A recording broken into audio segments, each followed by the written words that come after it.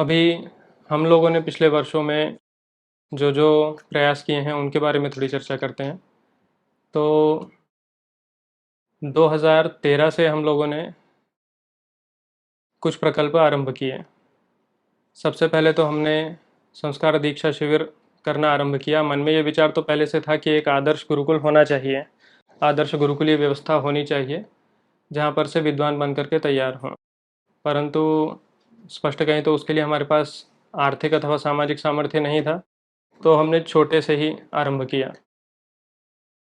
और जिस प्रकार ग्रीष्मावकाश में अथवा शीतावकाश में सामान्य विद्यालय जाने वाले बच्चों के पास में, विद्यार्थियों के पास में समय होता है, उस समय हमने इस प्रकार से शिविर लगाना आरंभ किया जिसमें उनको गुरुकुलीय जीवन किस प्रकार होता है, ब्रह्मचारी का जीवन किस प्रकार होता है, उसका अनुभव हमने देने का प्रयास किया। उस प्रकार का अनुभव हमने लोगों को दिया, बच्चों को दिया। धीरे धीरे प्रत्येक वर्ष हम ये प्रकल्प चलाते रहे और कोरोना के पहले तक भी हमने इस प्रकार शिविरों का आयोजन निरंतर किया, जिसमें हमने सैकड़ों विद्यार्थियों का अध्ययन अध्यापन करवाया। 10 दिन के, 15 दिन के आवासीय शिविरों का हमने आयोजन किया। दिल्ली में, दिल्ली के आसपास में, अयोध्या जी में, इधर उधर और भी स्थानों पर उत्तर भारत में हमने ये सब आयोजन किए। इसके साथ में ही 2013 के ही अंत में, जैसा मैंने अभी थोड़े समय पहले कहा कि पहले वेदों की 1131 शाखाएं थीं, तो उसी प्रकार ऋग्वेद की भी पहले 21 शाखाएं थीं। उसमें से केवल एक ही परंपरा से बची हुई थी। एक दूसरी शाखा के बारे में हमको जानकारी मिली कि राजस्थान के बांसवाड़ा में केवल 2 वयोवृद्ध विद्वान हैं, प्रायः 80 वर्ष के थे उस समय। उनके वहाँ पर ये परंपरा अभी भी जीवित है, जिसे हम ऋग्वेद की शाखान्य शाखा के नाम से जानते हैं। वेद की परंपरा में इस प्रकार होता है कि जैसा मैंने कहा, पुस्तक पढ़ने से नहीं होता, या आपके पास में पुस्तक है और बस उसको आपने पढ़ लिया। उसमें पहली सीढ़ी तो मंत्रोच्चार सीखना ही होता है, जो प्रत्येक शाखा के करने की रीति भिन्न होती है। प्रत्येक शाखा में अपने प्रकार से ही मंत्रोच्चार होता है, जैसे अलग अलग भाषाएं होती हैं, ऐसा आप समझ सकते हैं।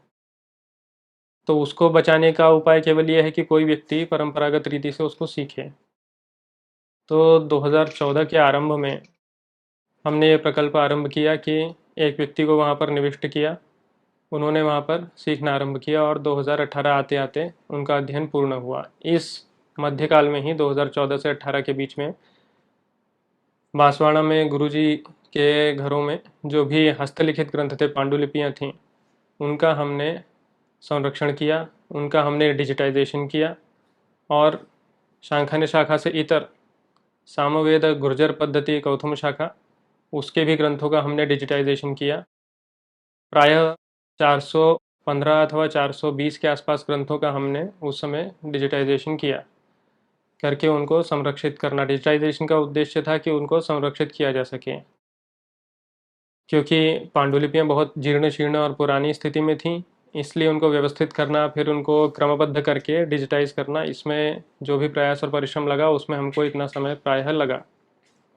अभी हमारे पास में 15 विद्यार्थी सोनीपत में हैं और बागपत में भी कुछ विद्यार्थी हैं। कुछ विद्यार्थी अभी आना आरंभ हुए हैं। दोनों स्थानों पर मिला करके हम चारों वेदों का अध्ययन अध्यापन करवा रहे हैं।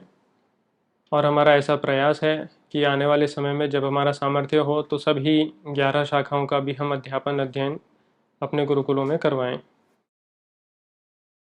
जब हम बांसवाड़ा में पांडुलिपियों को लेकर के काम कर रहे थे, तो हमारे सामने एक बड़ा ही रोचक श्लोक आया, जो एक ऋग्वेद की पांडुलिपि में किसी लिपिकार ने, किसी लिपिक ने लिखा हुआ था। और श्लोक इस प्रकार था: भग्न पृष्ठ कटिग्रीवो बंधम स्थिरधोमुख कष्टेन लिखितम ग्रंथम यजनेन परिपालयेत। आशय ये हुआ कि जीवन भर ये सब अध्ययन अध्यापन करते करते मेरी कमर टूट गई है, मेरी गर्दन बहुत झुक गई है, जैसे कि कमर में लगती हो, और मेरी उंगलियां भी ठीक से नहीं खुलती हैं। मैंने बहुत कष्ट से इस ग्रंथ को लिखा है, इसको ग्रंथ की पालना यज्ञ करके की जाए। ये सब हमारे अनुभव रहे, इसलिए हम सदा ये प्रयास करते हैं कि अपने जो विद्यार्थी हैं वे केवल पुस्तकीय स्कॉलर न बन के उन्हें वास्तविक ज्ञान हो विषयों का। और एक जो वैदिक जीवन है वो सभी विषयों को साथ में लेकर के चलता है।